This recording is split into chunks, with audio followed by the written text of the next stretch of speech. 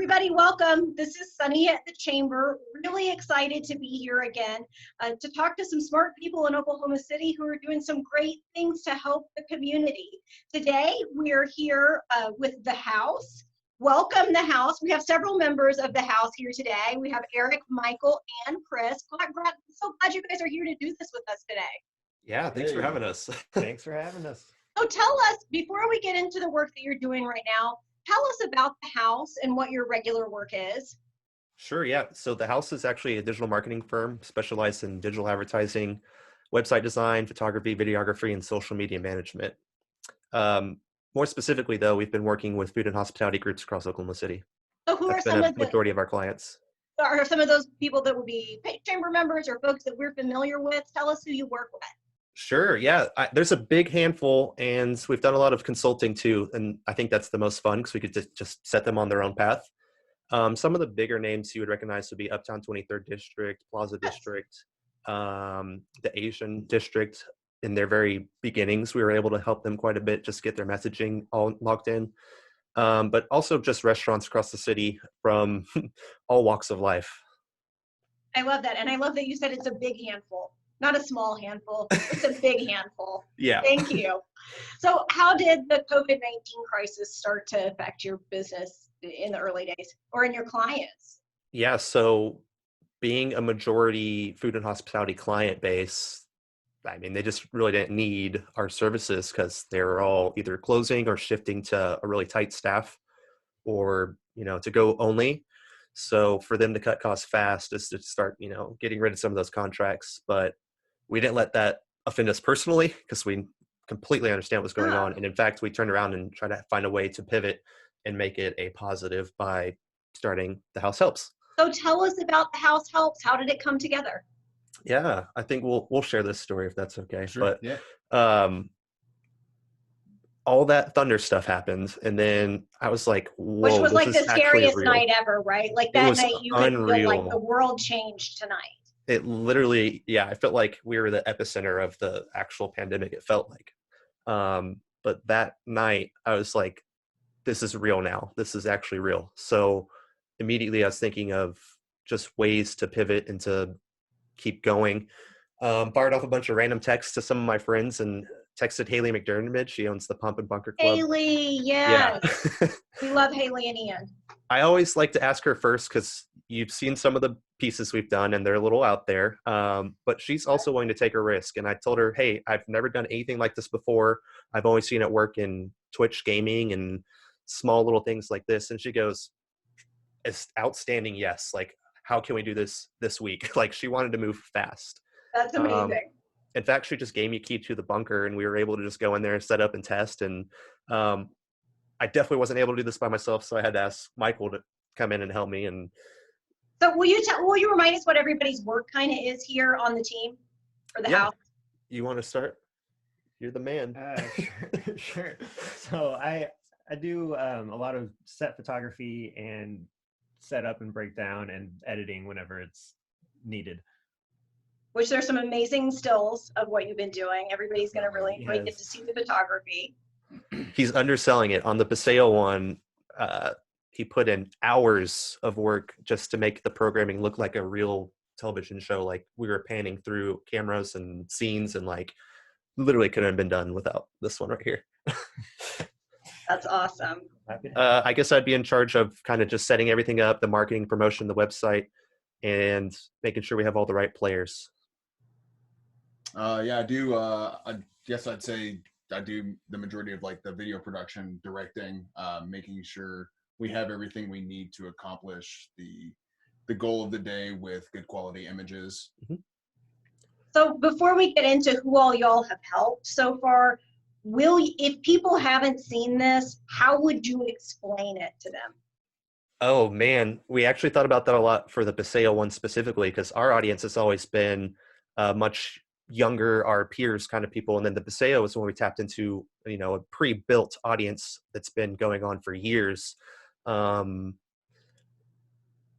So the quickest way to describe it is it's a live stream fundraising event, but we're kind of only seeking smaller donations.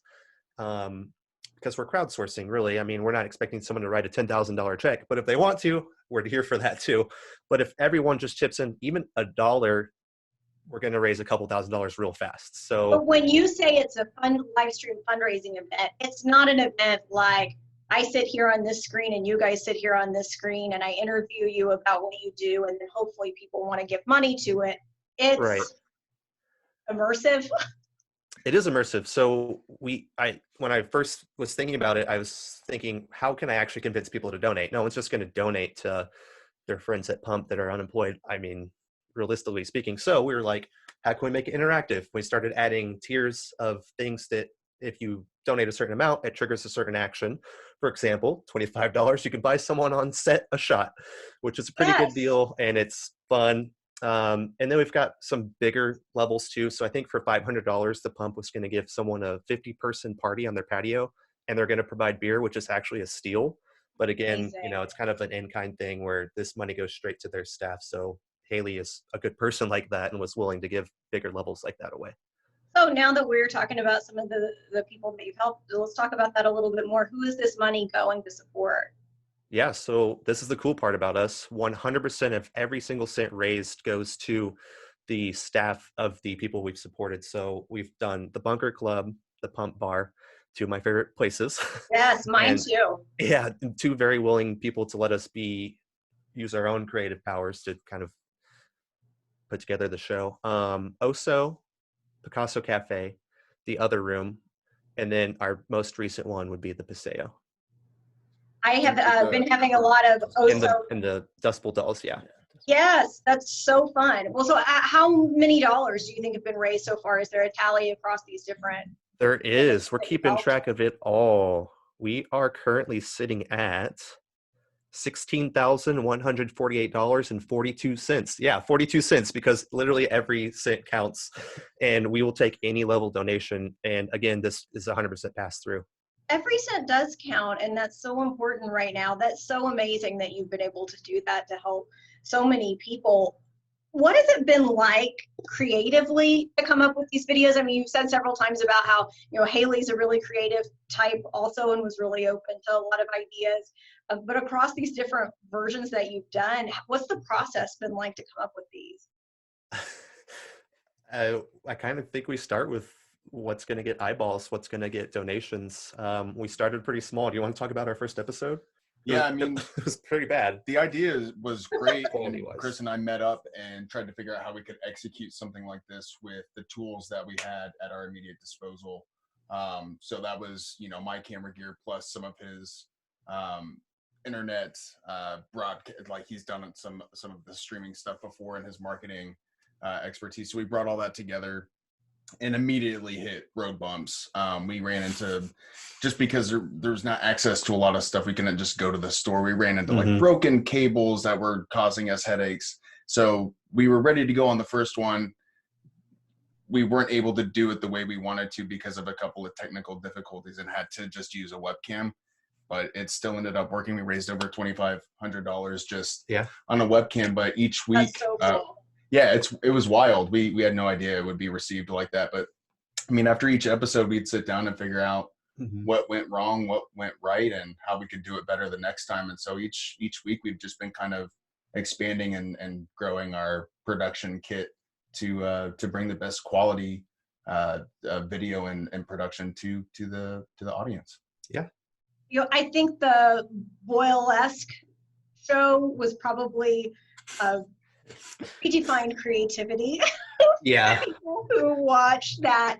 And I know part of that process was to do something virtually that maintained the kind of vibe of the place that you were doing it on behalf of. How have you worked through that to try to keep the culture or the feeling of the place that you're trying to do it for, but when you have to do it in this new virtual world?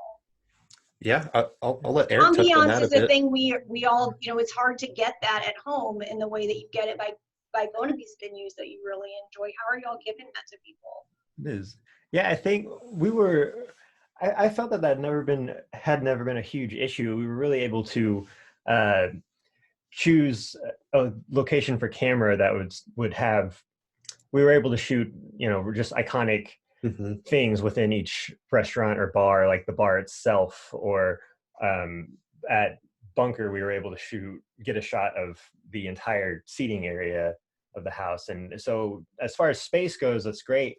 It's always been great. And then with the employees as well, just having those familiar faces on camera would always help. And they are always so excited and just gung-ho for us to be there that it just kind of gives the same atmosphere, hopefully, to everybody at home. But I feel like it certainly does. And then with Paseo, having all of the owners of galleries send in their videos to give just multiple perspectives from all around that district was very helpful. Yeah. That's a great point, not just about the setting, but it's about the people that you may not be getting to see right now that you're used to having as part of your life and part of your entertainment. That's a really important thing to note. So as things kind of start to open back up, what's next for the House Helps? This is my favorite question because we've already got big plans. We talk about it all the time. I feel like we almost should pump the brakes. We keep talking about what's next. There's so many things. No, don't pump the brakes. Well, officially, we got to lock down one thing first. We're going to actually form a 501c3. So we are going nonprofit with this thing. Our goal that we've discussed is 4 quarterly events. That way we have enough time to promote them and get the right setup, get the right people involved.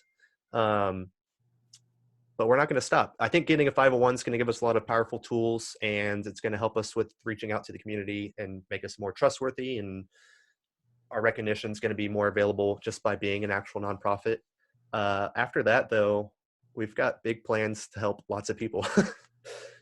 Well, so I've got another couple of questions about what you've got coming next, but from what you just talked about, if somebody wanted to get in touch with you guys about working on something together, how do they find you? What's the best way to reach out to talk about ways to collaborate? So if you go to thehousehelps.org, there's actually a button at the bottom of that page, and it's a contact us button, and that's where you can send ideas, or if you're willing to help, we'll take all the help we can get. Yeah, you can even just send us nice messages there. That would be great. And we all need nice messages right now. Yes. Please send these guys some nice messages. Send me some nice messages. So if people want to watch, where do they go to watch? Yeah, we actually have all those available to watch on thehousehelps.org as well. So that's what our biggest strength is that we're very digital and tech savvy, very discoverable. So being a digital marketing firm, I feel like the internet is like my strength. So It's that's your why we're going to home. play It's into where you that. live. Yeah.